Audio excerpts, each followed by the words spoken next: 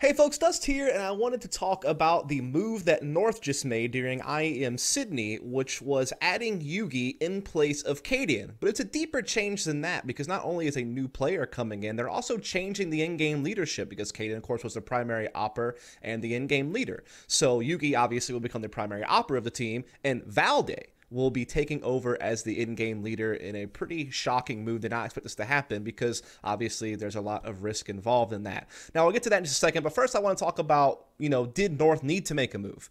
And the answer is probably yes. I mean, this lineup with Acadian and Gabe alongside some of the core members like Valde, AZ, and Gabe have been together for some time now. They've played several different LAN events. Most of their LAN finishes have really not been that great. I think really the only one that is notable is when they actually won that JUGi Bet Ice Challenge right before the major. That was a pretty good little run, but every other LAN event they've been to has been usually pretty early exits. Like the only exception is they at least made the playoffs of the last two seasons of the Star Series I-League, and they did at least make top 4 at the ECS Season 6 finals, but other than that, not really a whole lot, right? And so obviously, they got through the best of one Swiss system at that Star Series event in October, but then immediately lost to Energy in a best of 3 after that. I am Chicago, really early exit with a disappointing loss to LDLC. Their other loss to Astralis is fine enough, but LDLC is a team they really should have been beating. Then, yeah, at ECS, again, they did play pretty well here. They did win a best of 3 against Energy at the very least, but then immediately lost to Made in Brazil.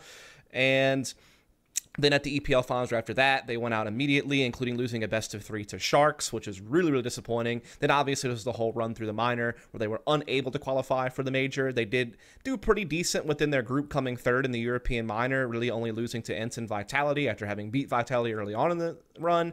But then they played in the play-in and lost to Vici multiple times to not make the major. And then, yeah, we got to talk about how they won JUGi Bet Ice Challenge. That was pretty good. That included wins over Avangard, Heroic, and Navi. So those are some pretty solid best of 3 victories. Definitely the most impressive run the team ever had. But then again, immediately follow it up, not being able to do much of that Star Series I-League event as far as final placement, though at least they did have some cool best of 3 victories over Made in Brazil and FaZe, but lost to NIP, Energy, and eventually lost to Fnatic in the quarterfinals. And then in this most recent EPL season, they are still in the running. They did kind of come, I think, third in their group, losing to Optic and Mouse Sports, but through all the different, stats and stuff and tiebreakers and whatnot, they do still find themselves in the second group stage there. That's actually going to be their debut with Valde as the in-game leader and JUGi as the primary AWP. Again, definitely need to make the move. They didn't really have that many big victories, and a lot of their losses were really, really bad, like losing to LDLC, losing to Sharks at EPL. Some of the map losses they had on LAN were really, really one-sided. Yeah, they would get wins here and there, but when they lost, boy, did they lose. A lot of single-digit score lines against teams that you wouldn't expect them to do that badly against, particularly the loss that they had to Made in Brazil at ECS and Sharks at EPL, were particularly concerning. Now, bringing in JUGi for Acadian. This one, I mean, it makes sense. Like, if you're going to get a new primary op, I guess JUGi probably is still one of the leading candidates in Denmark outside of bringing back Mertz. If you're looking at that, I think Nato Safix could have been a decent shout, though, to be honest. Because here's the thing. JUGi was super impressive pretty much his entire career on Heroic. Looked really, really promising. Really thought this was going to be the next big opper in Denmark after Device. He would be like number 2 on the rankings for opping in that country. Really did feel that way. When he first joined Optic, his first few LAN events with that team were actually really, really good. Like, I remember he was a really big stats leader for them at some of the DreamHack Open events they competed at, including the second place finish at DreamHack Summer 2018. Also did good at the European Minor for the Face It Major. But then from that point forward, basically, when they went to that Zotac event in China, when they went to DreamHack Master Stockholm, when they went to the Face It Major and lost out really early, and again, didn't do well at DreamHack Master Stockholm, didn't do well at that Zotac Masters event, really basically 3 massively disappointing events in a row, that's where his numbers really started to drop off. And he has had a slight recovery when you look at the group they played for relegation for EPL, and when they played at the WESG World Finals where they got top 8. His numbers did shoot back up, but I still don't really know what to expect from him on this team, because you're coming into a team with a, kind of new in-game leader. So that means he might not get as much direction as he was used to with previous in-game leaders. He may be a little bit more independent. And again, just because of how much he deteriorated as a player throughout his career on Optic, I don't know what to expect from him. I mean, again, it's nice that he's had a little bit of a recovery here over the last few months, but I think the jury really is out on whether or not he will wind up being an upgrade. In theory, he definitely should be. Like, when you think of the ceiling of this player and you look at what he's been able to accomplish at different points throughout his career, he definitely should be a really big piece of firepower for this team. That is certainly very true. But I'm just a little bit worried that something's going on there. I don't know if it's his motivation. I don't know if it's just trying to figure out his identity as an opper. I don't know if it's how in-game leaders use him. You know, I'm not really sure what to expect. So this one for me is a question mark. I'm hoping for the best. It would be nice to see JUGi return to, you know, an elite level of play and be a part of a top team and really be that next opper in line after Device in Denmark. That would be great, but we'll just have to see. Then, yeah, the other big piece of this, of course, is going to be Valda, coming in as now the in-game leader of this team. Now, Valda is the best Danish player not on Astralis. He seems like he is surely next in line for Astralis if they ever do need to make a roster move, and a rifling position is one of the, you know, changes they're looking to make. Like, let's say for whatever reason, you know, they don't want to use Ipix or Magus anymore one day down the line, whether one of those players retire or want to move on, or, you know, the team starts to fall off. I don't know what it would take, and it would probably be way, way in the distant future. But if it were to happen, you feel like Valde's got to be like a leading candidate. He has put up ridiculous numbers for North on a really regular basis. He's only had a few off events here and there over the last year and a half. He had like a little bit of a rough patch when he first joined North, their first few events together, but from CS Summit to Forward, which that event was basically kind of taking a place right around like February of 2018. Basically from that point forward, so over a year now, he's been a regular performer for North. Definitely their bread and butter, rock player, really good passive rifler, really good at playing solo positions on the edges of the map, but also can flex into more mid-round type stuff. And I imagine now that he's the in-game leader, I'm curious if that will change up the roles a bit, because what they were kind of doing was having Valda and AZ kind of play the edges, and then your control group was your Opera Acadian, who's also the in-game leader, and then Kirby and Gabe were kind of an entry duo. And I feel like that is the roles you would like to continue to use players like Gabe and Kirby in, but if you're Valda and you want to be the in-game leader, leading from the edge of the map is not something that happens very often these days. Most in-game leaders are kind of the first person in to set up a star player, or at least part of the main control group. In some cases, I guess they're the primary opper, like Nitro over in Team Liquid sometimes. But yeah, it'll be curious to see how they set up the roles. And here's the biggest thing you have to worry about. Like, look, I think Valda is a really intelligent player.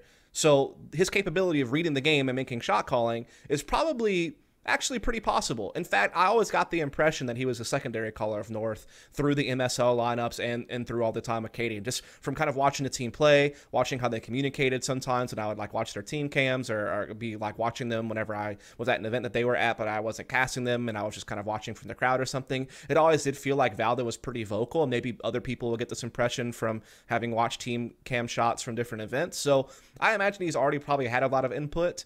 But this is a lot different when you're taking on that next step of responsibility. The biggest thing you have to wonder is, A, like, how much of a tactician is he really? Like, just because you're a really smart player and you're really good at making plays and clutches and reading the game as an individual, actually spreading that out across 4 other players isn't always necessarily going to happen. You know, there is this situation where you can be an intelligent player but still not a really good shot caller. Like, that can happen. It could also be the case, though, that because he's a really intelligent player, that he knows how to use people, he knows how to set up players, and so therefore he can succeed in that role. So it really could go either way based on his in-game IQ.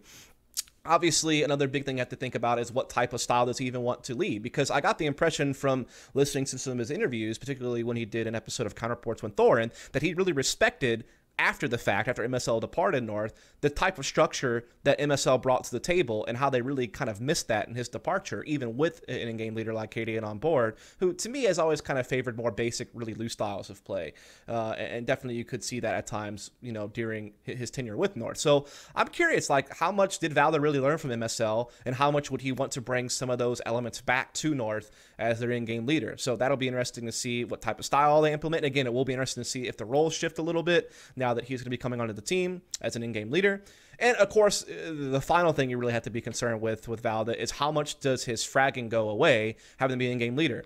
Not very many people are capable of being an in-game leader that also yield high fragging. At times, Fallen has done it. At times, you know, Glaive has done it actually pretty consistently throughout all of last year. Nitro at times can do it.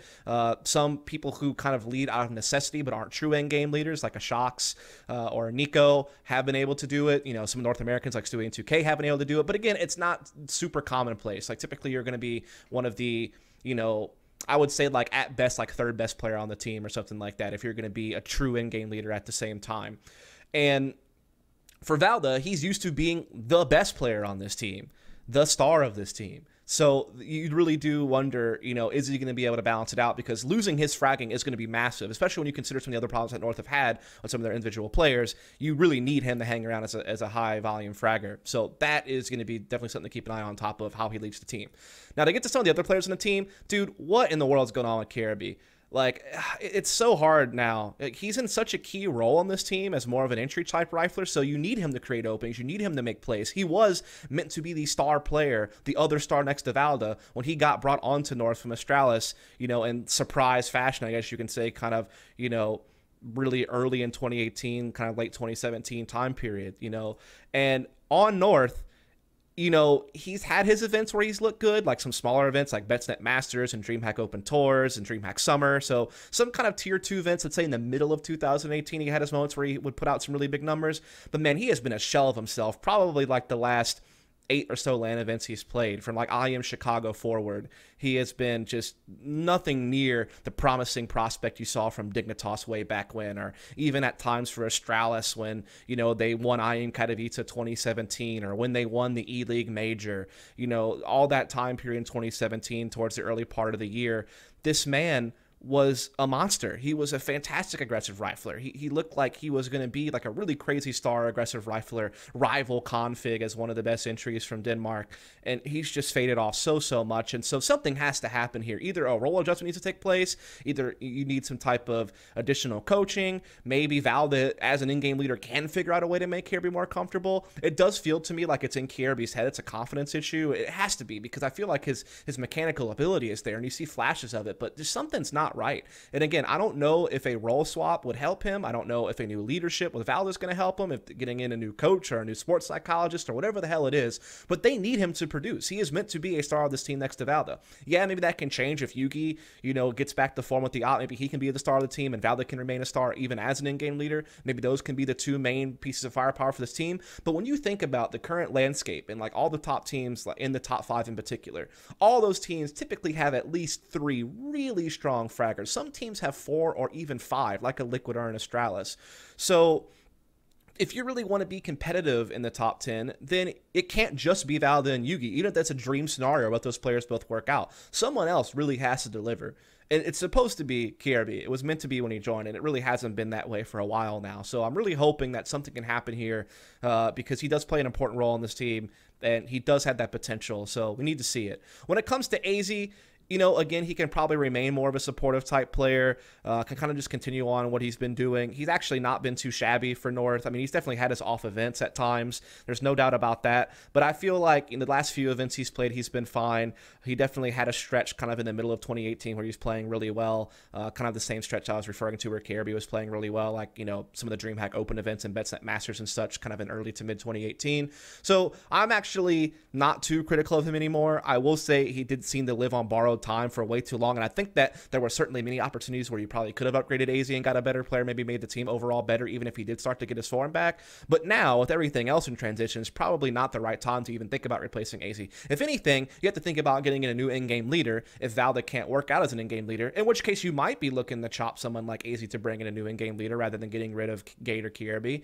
So I guess it's possible, but honestly, I feel like Kirby's probably more under fire than AZ is at this point, just because, yeah, AZ can do fine and decent and not be a burden on the team as more of a support type figure, but Kirby's like in a star player role. So you need to bring in someone to replace him if you can't get things going fragging wise, I guess. So I'll just kind of leave it at that with AZ. I think there's definitely, again, been plenty of times where it was totally valid to remove him and bring in someone and try to fix the team that way. But I'm not sure that that's really the case right now. I think he's all right. When it comes to Gabe, he does play a very difficult role as more of an entry type player. He definitely has had his moments where he's looked good. I definitely think he's looked better on this team than when he was playing with Optic. I think through most of his Optic days, he really had a hard time. He only had like one really big event for Optic, which was the European minor for the Face It Major. I think he's looked a little bit more useful on this team, even if his numbers haven't been particularly impressive overall. You can definitely see the impact he's had in games. Like, he looked pretty good in this EPL group they just played, for instance.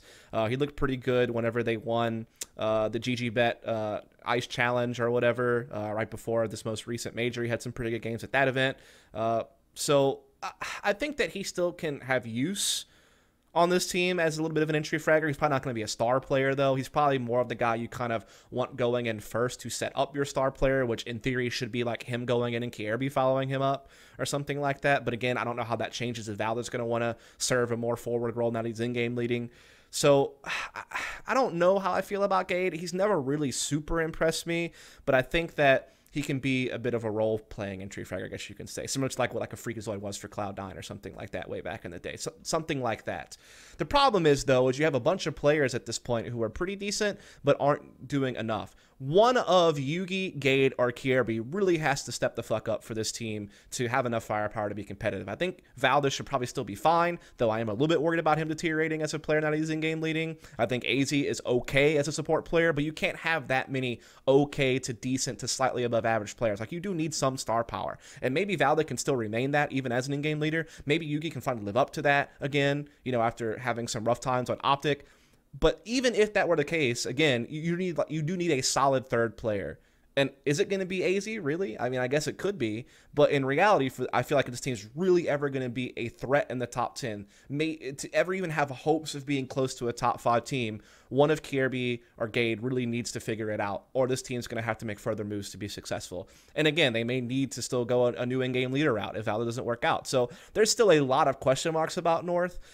I somewhat understand the move. Maybe it really will upgrade the firepower in the opping department by bringing JUGi on board if he gets comfortable and if he's motivated and if he can get back to, you know, older form from his heroic days, or at least maintain kind of his recent trajectory in a positive direction from his last few events with Optic. That's great.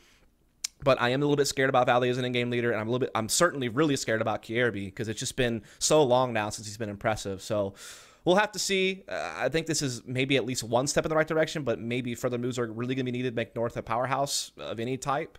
Because it used to be that the second best team in Denmark could be a really solid team in the world rankings, and it hasn't been that way for a while now. So yeah, just wanted to give my thoughts on this move with North. Hope you folks enjoyed the content. If you did, please subscribe for more. Catch you next time.